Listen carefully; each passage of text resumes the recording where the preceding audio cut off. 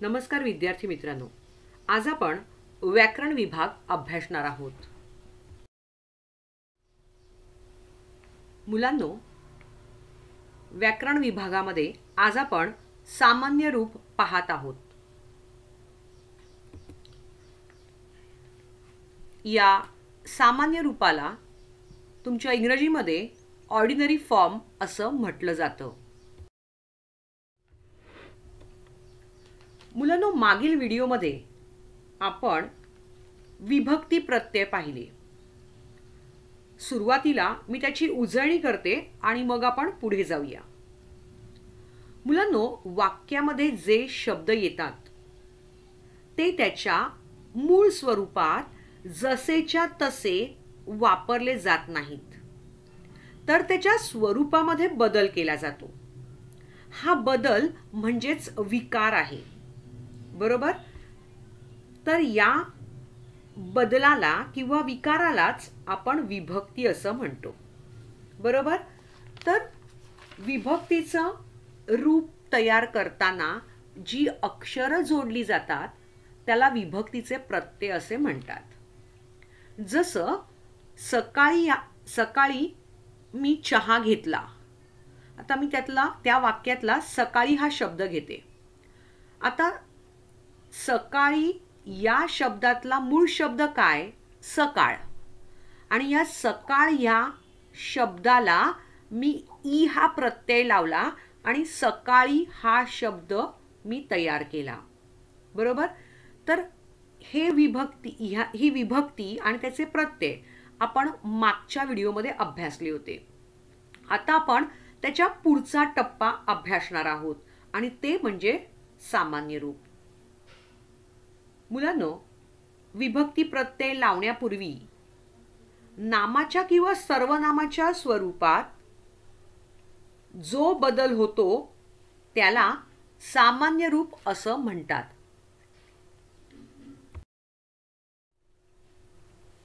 आता ते काय आहे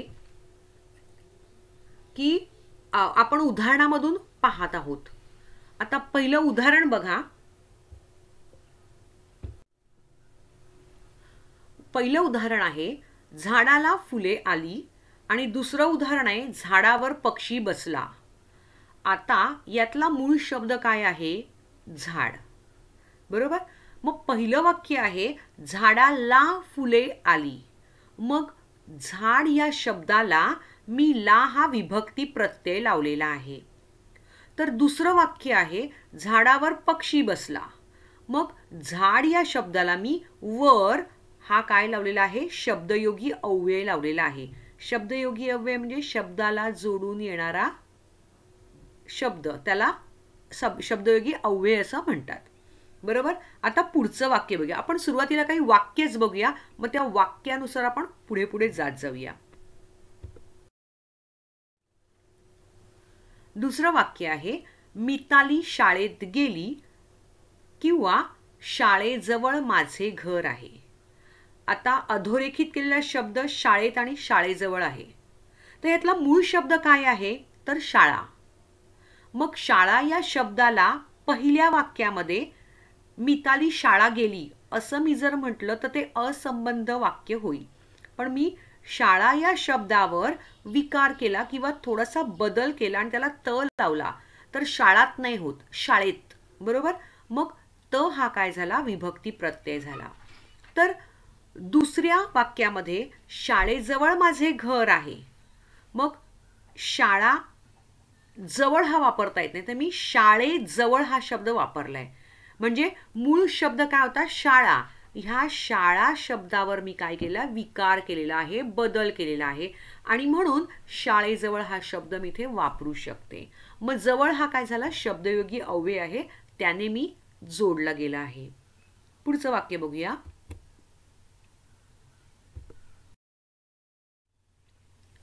तिसरं वाक्य आहे कावळ्याचा रंग काळा आहे आणि कावळ्यासाठी पाणी ठेव. ह्या दोनही वाक्यातला मूळ शब्द काय? कावळा. तर या कावळा या शब्दाला पहिल्या वाक्यामध्ये चा हा विभक्ती प्रत्यय लावलाय. तर दुसऱ्या वाक्यामध्ये मी कावळ्यासाठी, मग साठी हा शब्दयोगी अव्यय मी इथे जोडलेला आहे. कळतंय नाही असंही तुम्हाला. चौथं वाक्य आहे आई व आजी देवळात जातात आणि त्यात तसंच वाक्य आहे देवळापाशी विहीर आहे. आता मूळ शब्द काय आहे? देवळात आणि देवळापाशी ह्यांचा मूळ शब्द काय आहे? देऊळ. या देऊळ या शब्दावर आपण काय करतो तर बदल करतोय, म्हणजेच त्याच्यावर विकार करतोय. तर पहिलं वाक्यात मी देवळात हा शब्द वापरला. मूळ शब्द आहे देऊळ आणि त हा त्याला लावलेला प्रत्यय आहे, विभक्ती प्रत्यय. तर दुसऱ्या वाक्यामध्ये देवळापाशी हा शब्द घेतलेला आहे. तर देऊळ हा मूळ शब्द आहे आणि पाशी हा शब्दयोगी अव्यय, शब्दाला जोडून येणारा अव्यय, शब्दयोगी अव्यय मी इथे वापरलेला आहे. बरोबर. मग दोन्ही मधला मूळ शब्द काय आहे? देऊळ. देऊळ हा कॉमन शब्द आहे, त्याच्यावर मी प्रक्रिया करते, मी बदल करते, मी त्याच्यावर विकार करते आणि मग मला हवा तसं मी त्या शब्दामध्ये मी त्याला वापरते.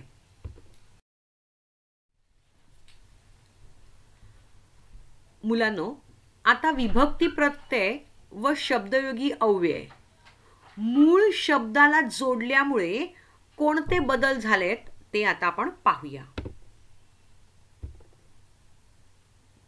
बघा, झाड, झाडाला, मग झाड, झाडावर, हे मी वेगवेगळे बदल त्या शब्दावर करते, मूळ शब्दावर. आता ते बदल कसे केले जातात ते तुम्हाला कळलं पाहिजे. शाळा, शाळेत, शाळेजवळ. कावळा, कावळ्याचा आणि कावळ्यासाठी.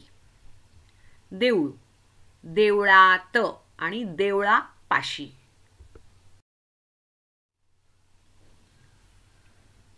तर विभक्तीचे प्रत्यय किंवा शब्दयोगी अव्यय जोडताना शब्दाच्या मूळ रूपामध्ये जो बदल होतो त्यालाच सामान्य रूप असं म्हणतात.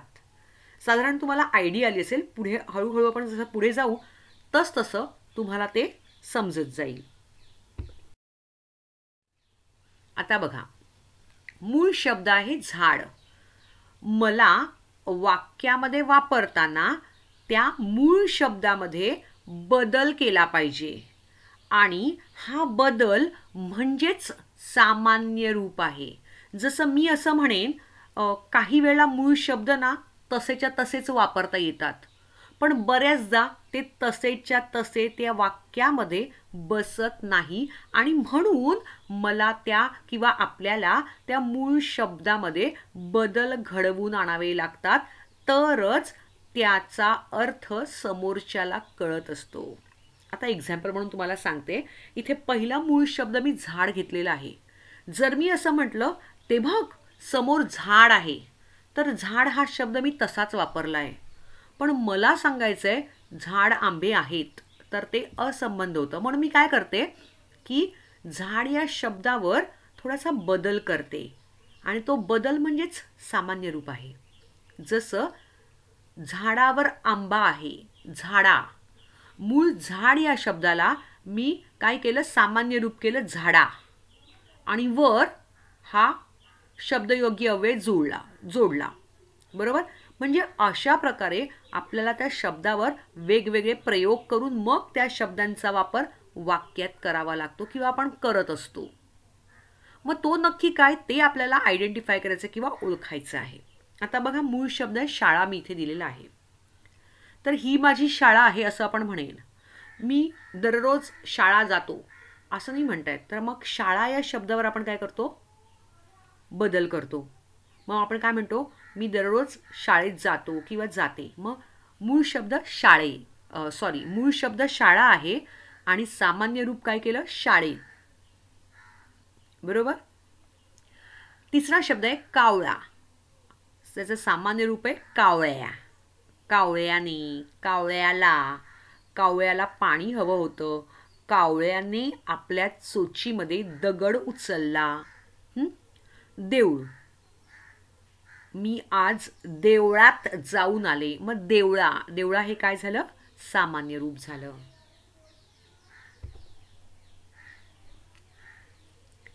बघा मुलांनो, विभक्ती प्रत्ययामुळे काही शब्दांची सामान्य रूपे होतच नाहीत,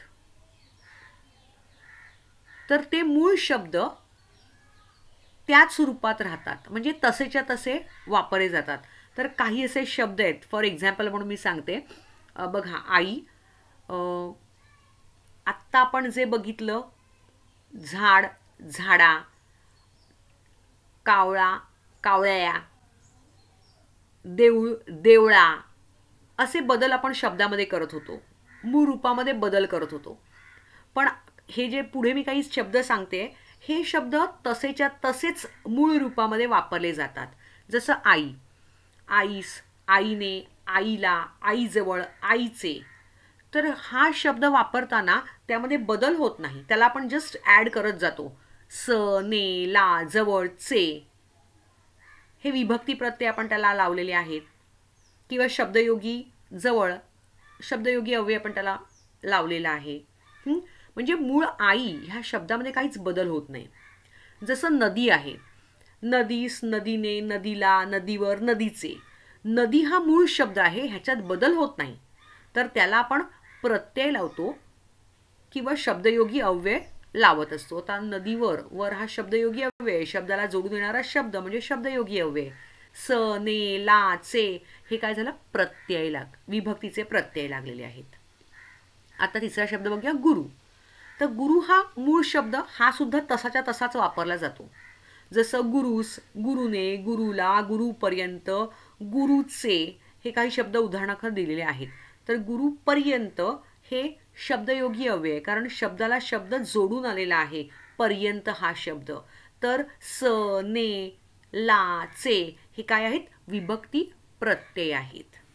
कळलं? म्हणजे असे काही शब्द जे असतात, ह्याच्या मूळ रूपामध्ये बदल हा होतच नाही.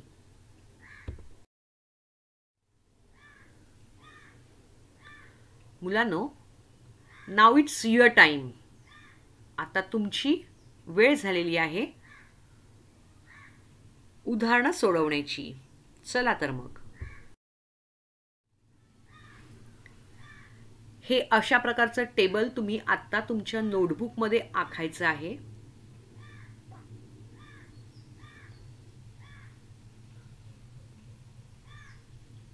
शब्द, मूळ रूप आणि सामान्य रूप असे 3 कॉलम्स करायचे तुम्हाला.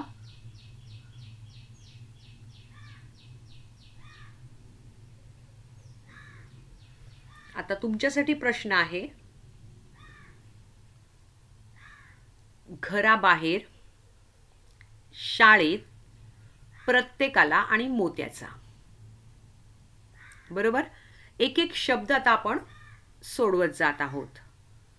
मी शब्द दिलेला आहे, तुम्हाला परीक्षेमध्ये केवळ असे शब्द दिले जातील, वाक्य दिली जातील, त्या वाक्यातला एखादा शब्द अधोरेखित किंवा अंडरलाईन करून दिला जाईल आणि त्याचं मूळ रूप आणि सामान्य रूप ओळखायला येईल. कसाही प्रश्न येऊ शकतो, आपण सगळ्या प्रकारचे प्रश्न इथे पाहणार आहोत. आता हे जे आपण शिकलेलो आहोत, तर हे अप्लाय कसं करायचं हे आपल्याला माहिती आहे, आपण ते वापरतोच आहोत. पण ओळखायचं कसं, हे प्रश्न तुम्हाला परीक्षेमध्ये विचारलेले जातात. आता आपण सोडवायला सुरुवात करूया. मला वाटतं तुमचा पहिला शब्द लिहून झाला असेल, घराबाहेर. घराबाहेर याचं मूळ रूप काय आणि सामान्य रूप काय आहे, तुम्हाला काय वाटतं? चला लिहा पटकन, मग आपण चेक करत जाऊया. मूळ शब्द आहे घर, आणि घराबाहेर हा शब्दयोगी अव्यय तिथे आपण घर या शब्दाला जोडलेला आहे.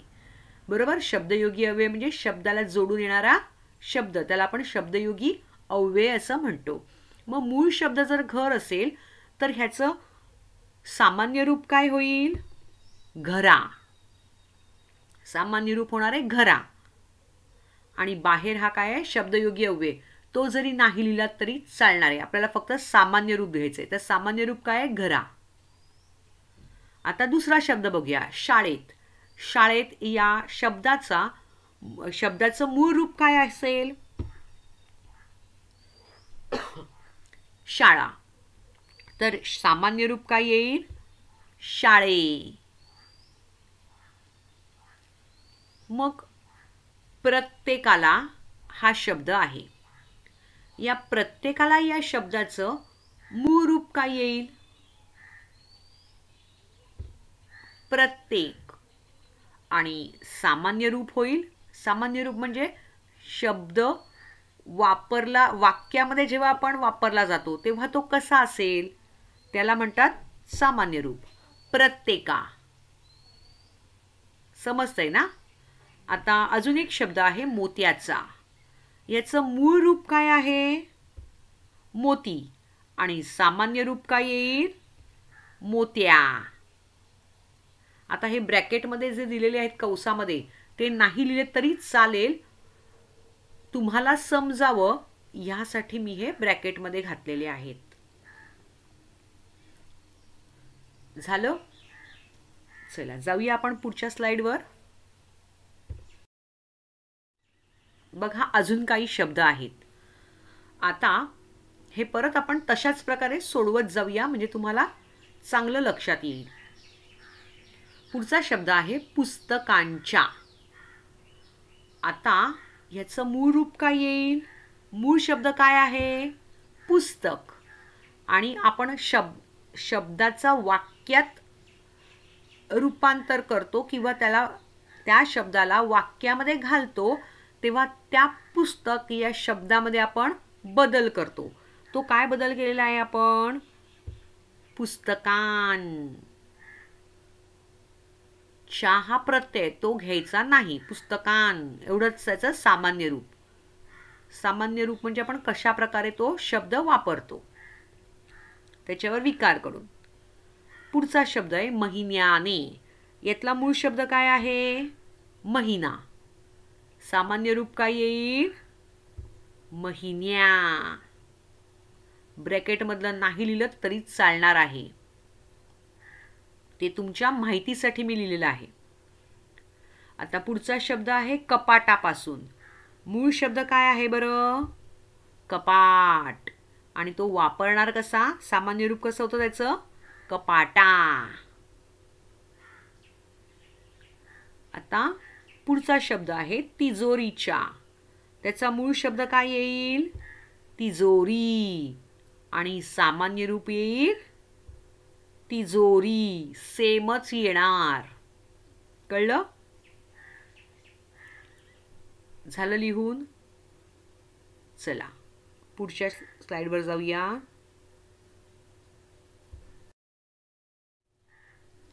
अजून काही शब्द आहेत सरावासाठी. आता मी 2 मिनिटं थांबते. तुम्ही पटापट लिहून घ्या, मग आपण उत्तरं चेक करूया.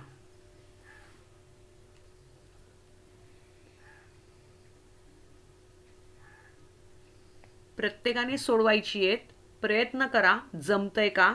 म्हणजे जमेलच.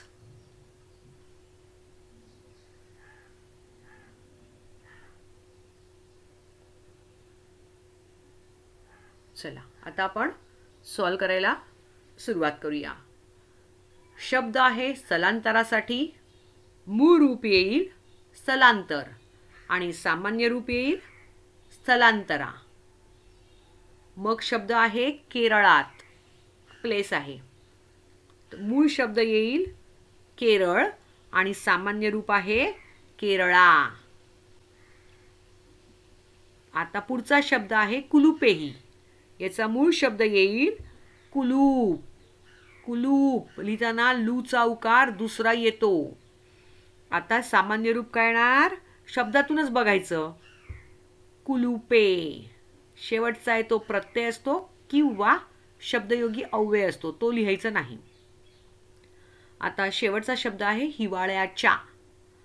आता मूळ रूप काय येईल? मूळ शब्द काय आहे? हिवाळा.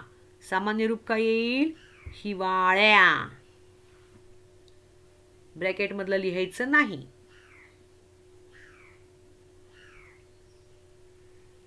बरोबर आहे? चला जाऊया पुढे. अजून काही शब्द आहेत. चला पुन्हा थांबते मी थोडा वेळ, तुम्ही पटकन हे 4 शब्द सोडून घ्या.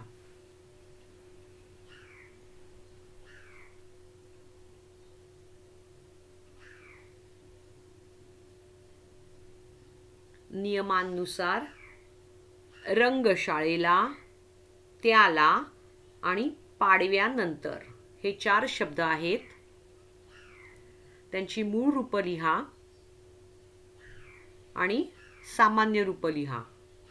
समोर शब्द दिलेले आहेत त्यातनंच शोधून काढता येतात. थोडंसं डोकं चालवलं पाहिजे. अतिशय सोपं आहे हे.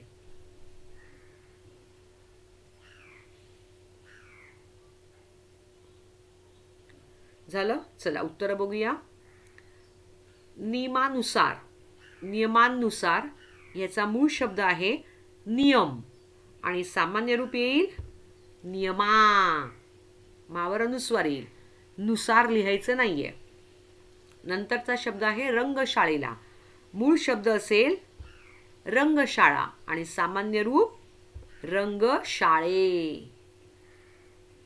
मग शब्द दिलाय त्याला, मूळ शब्द येणार तो आणि सामान्य रूप त्या आणि ला हा त्याचा प्रत्यय आहे. आता आहे पाडव्यानंतर. मग ह्यातला मूळ रूप काय असेल? पाडवा आणि सामान्य रूप पाडव्या. झालं बरोबर?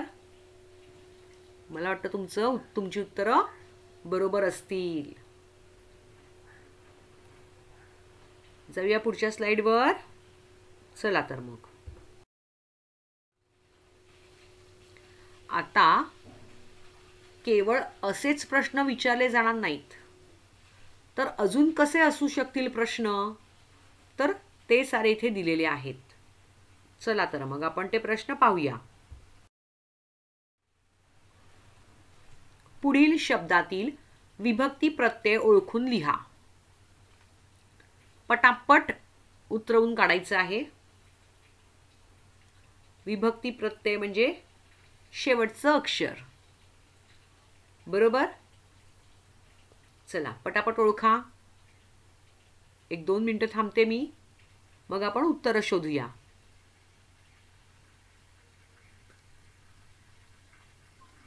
पहिला शब्द आहे मराठीचा, दुसरा आहे वर्गात, तिसरं सरांनी, चौथं फुलांतून, पाचवं ज्योतीने, सहावं कावळ्यांची, सातवं झाडाला, आठवं बेडकांना आणि 9 शाळेत. असे हे 9 शब्द आहेत. त्यांचे फक्त विभक्ती प्रत्यय ओळखून लिहायचेत. तुम्ही शब्द लिहिले असतील तर त्या विभक्ती प्रत्ययाखाली अंडरलाईन करा की तो झाला तुमचा विभक्ती प्रत्यय. चला झालं. आपण आता उत्तर चेक करूया. मराठीचा विभक्ती प्रत्यय आहे चा. मूळ शब्द असेल मराठी. ओके, आपल्याला काय सांगितलंय? विभक्ती प्रत्यय ओळखायचा आहे. मग फक्त चा हा त्याचा विभक्ती प्रत्यय आहे. दुसरा शब्द आहे वर्गात. बरोबर? मग मूळ शब्द काय? वर्ग. मग त्याला प्रत्यय काय लावलाय? त. बरोबर? मग तिसरा शब्द आहे सरांनी. मूळ शब्द आहे सर. मग प्रत्यय काय लावलाय? नी. आता चौथा शब्द आहे तो थोडासा ट्विस्ट आहे. बघा, शब्द आहे फुलातून. विभक्ती प्रत्यय आठवत आहेत का तुम्हाला? आठवत आहेत? तून म्हणजे ऊन. पंचमी. पंचमीमध्ये ऊन हून प्रत्यय आहेत. माहिती आहे ना? त्या प्रत्ययासाठी टेबल मी दिलं होतं तुम्हाला. ते टेबल तुम्ही पाठ केलं असेल. मग काय येईल? बघा मुलांनो, फुलातून म्हणजे ऊन प्रत्यय आहे. कळलं? हा तून जरी असेल तरी तून हा प्रत्यय नाहीये. तुम्ही कुठला प्रत्यय लिहायचा आहे? ऊन. कळलं? आणि दोन्ही लिहिले तर अतिशय चांगलं. आता पाचवा शब्द आहे ज्योतीने. याचा विभक्ती प्रत्यय येईल ने. मग 6वा आहे कावळ्याची, विभक्ती प्रत्यय असेल ची. मग 7वा आहे झाडाला, प्रत्यय आहे ला. मग 8वा आहे बेडकांना आणि मग प्रत्यय आहे ना. मग 9वा शब्द आहे शाळेत, याचा विभक्ती प्रत्यय काय येईल? त. एवढा सोपा प्रश्न येतो, म्हणजे हा असा सुद्धा विचारला जातो. आता आपण पुढचा प्रश्न पाहूया. पुढील शब्दातील प्रत्यय व विभक्ती ओळखून लिहायचंय. आता प्रत्यय म्हणजे आपण आत्ता शोधलं, शेवटचं अक्षर ते ओळखायचंय. आणि त्याची विभक्ती काय, आपण टेबल मागच्या व्हिडिओमध्ये अभ्यासलं होतं आणि तुम्हाला मी ते पाठ करायला सांगितलं होतं. त्याच्यामध्ये प्रथमा विभक्ती, प्रत्यय एकवचनी आणि अनेकवचनी असं संबोधनपर्यंत मी चार्ट दिला होता आणि तो चार्ट तुम्हाला बायहार्ट करायला सांगितले. याचं कारण त्याच्यावर प्रश्न येतात. बघा आता ते कसे प्रश्न असतील ते. पुढील शब्दातील प्रत्यय व विभक्ती ओळखून लिहा. पहिला शब्द दिलाय व्यक्तीला, बरोबर. मग याचा प्रत्यय काय असेल? ला. आता विभक्ती कशी आहे त्याची? चतुर्थी. बघा का चतुर्थी येते त्याचं कारण सांगते. ला हा प्रत्यय आहे. ला हा प्रत्यय कुठे आहे? द्वितीयमध्ये आहे. सला ते एकवचन, सलाना ते अनेकवचन. चतुर्थीमध्ये पण सला ते एकवचन आहे, सलाना ते अनेकवचन आहे. मग मी चतुर्थीच का दिली? दोघांचे तर द्वितीया आणि चतुर्थी दोघांचे प्रत्यय सेम आहेत. मग मी चतुर्थी का दिलं आणि द्वितीया का नाही दिलं? मुलांनो, द्वितीयामध्ये मी काय सांगितलंय? कर्म, क्रिया ज्याच्यावर घडते ते कर्म असतं. मग क्रिया व्यक्तीवर घडली आहे का नाही घडली आहे? व्यक्तीला, बरोबर. मग ला म्हणजे द्याला द्यायचे. व्यक्तीला हा शब्द आपण कधी वापरतो? मी त्या व्यक्तीला किंवा मी त्या क्ष व्यक्तीला दिले, ला असं आलंय ना, म्हणून तो काय येणार? ज्याला द्यायचे त्याची चतुर्थी. म्हणजेच काय तर ला आणि विभक्ती आहे चतुर्थी. आता दुसरं आहे लोकलचे. मग त्याचा प्रत्यय आहे चे. आता चे हे काय आहे बघा? षष्ठी आहे. का षष्ठी? चाचीचे चेचाची, एकवचन आणि अनेकवचन षष्ठीचे विभक्ती प्रत्यय दिलेले आहेत. मग चे हे काय झालं? षष्ठी. आता पुढचा शब्द बघूया. अंगात. समजतंय ना तुम्हाला? याचा प्रत्यय काय आहे? त. मग त हे काय आहे बरं? विभक्ती कुठली आहे? त. नुसता त कसाच आहे? तुमच्याकडे चार्ट आहे, तुम्ही तो चार्ट ओपन करा, मग तुम्हाला कळेल. तय्या, तय्या हे प्रत्यय कसलेत? सप्तमीचे. मग एकवचन येईल की अनेकवचन येईल? सप्तमी आहे. मग सप्तमीमध्ये एकवचन असेल की अनेकवचन आहे? अनेक असेल तर अनेकवचन. अंगात, अंगांत नाहीये, अंगात, म्हणून ते एकवचन असेल. कळतंय? आता पुढचा शब्द आहे वडिलांनी. विभक्ती प्रत्यय काय आहे? नी. आणि विभक्ती कुठले आहे? नी. नी म्हणजे कुठे आहे बघा?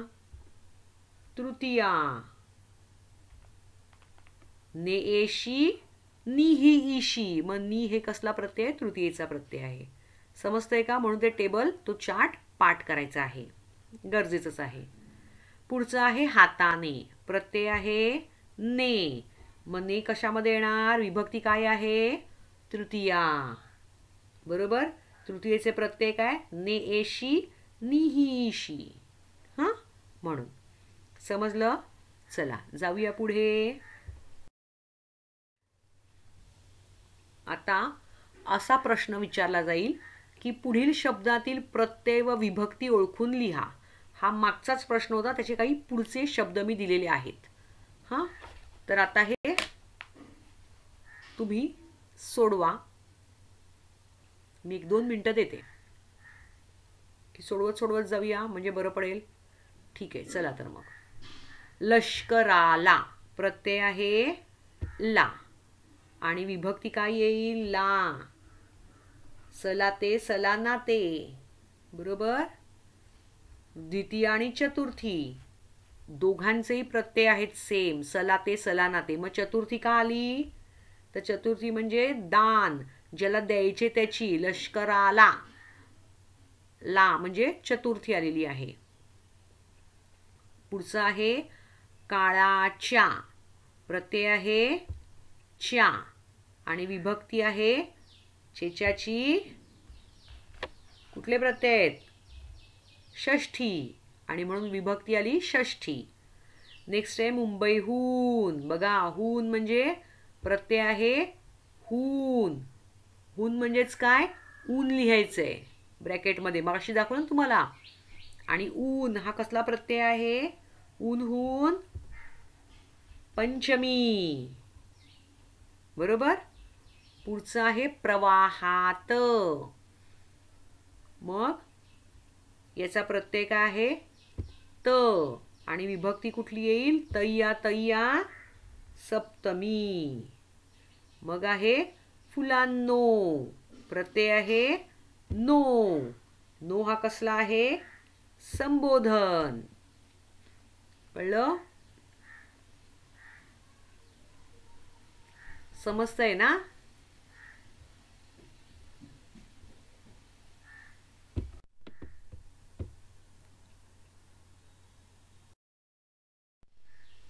पुढचा प्रश्न आहे, पुढील शब्दांतील सामान्य रूपे ओळखून लिहा. सर्वांच्या, हाताने, कामात, गोष्टींची, प्रवाहाचे आणि परीक्षेला. तर ह्यातली सामान्य रूपं कुठली आहेत बघा बरं. चला ओळखूया आपण. सर्वांच्या, मग सामान्य रूप येईल सर्वा. च्या लिहायचं नाही, ते तुम्हाला समजण्यासाठी मी लिहिलेलं आहे. आता हाताने, हाताने या शब्दातलं सामान्य रूप काय येईल? हाता. पुढचं आहे कामात, त्याचं सामान्य रूप काय येईल? कामा. मग आहे गोष्टींची, याचं सामान्य रूप येईल गोष्टिंग. प्रवाहाचे सामान्य रूप येईल प्रवाहा. मग आहे परीक्षेला, याचं सामान्य रूप येईल परीक्षे. कळलं आता सामान्य रूप कसं असतं ते?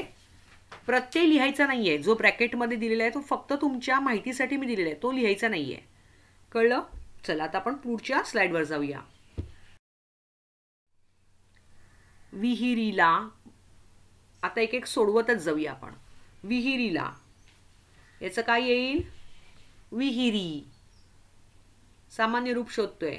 मग बहिणीस, याचं काय येईल? बहिणी. परीक्षांचा काय येईल सामान्य रूप? परीक्षा, अनुस्वार येईल त्याच्यामध्ये. नेक्स्ट आहे संगीतात, म्हणजे म्युझिकमध्ये काय येईल याचं सामान्य रूप? संगीता. मग आहे जाण्याचा, याचं सामान्य रूप काय येईल? जाण्या. येण्याने या शब्दाचं सामान्य रूप असेल येण्या. वाऱ्याची, याचं सामान्य रूप असेल वाऱ्या. कळलं? जरा घाई होत असेल तुमची, पण वेळ संपत आली आहे त्यामुळे फटाफट थोडंसं घेते. समजलं तुम्हाला? चला पुढच्या स्लाइडवर जाऊया. आता बघा, पुढील तक्ता पूर्ण करा असा सुद्धा प्रश्न तुम्हाला विचारला जातो. शब्द आहे तीरावरती, याचं मूळ रूप काय येईल? तीर, आणि सामान्य रूप असेल तीरा. वरती लिहू नकात. मग आहे घरामागे, मूळ शब्द आहे घर आणि सामान्य रूप आहे घरा. मग आहे टेबलाखाली, याचं मूळ रूप काय आहे? टेबल, आणि वापरलंय कसं? सामान्य रूप टेबला. कळलं? चला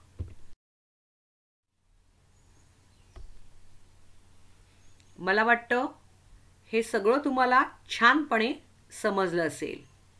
पुन्हा एकदा घरी ह्याची रिव्हिजन करा, शांत डोक्याने वाचा, मग सगळं झटपट कळेल. Okay, thank you.